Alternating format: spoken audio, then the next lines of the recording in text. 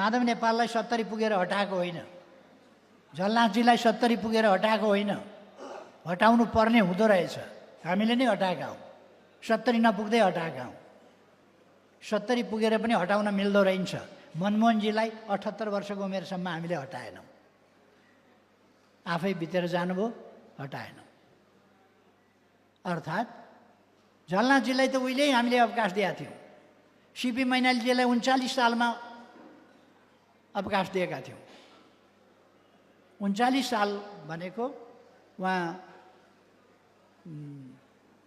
39 सालमा 31 वर्षको हुन्थ्यो क्या हो, कति यस्तै 31 वर्ष जतिको हुनुहुन्थ्यो।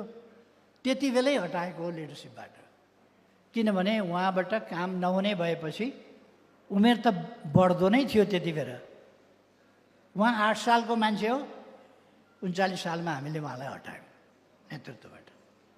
त्यसकारण 39 सालमा हटाउँदा 31-32 को मान्छे, 31-32 को लागि पनि उमेर सानै छ भनेर राख्न मिल्ने रहेनछ, हटाउनु पर्दो रहेछ। झलनाथजीलाई पनि हामीले 46 सालमा हटायौँ। 5 सालको मान्छे 46 सालमा हटाउँदा कति 41 वर्ष हुनुहुन्थ्यो। 41 वर्षमै उहाँलाई हटायौँ त हामीले, पर्दो रहेछ।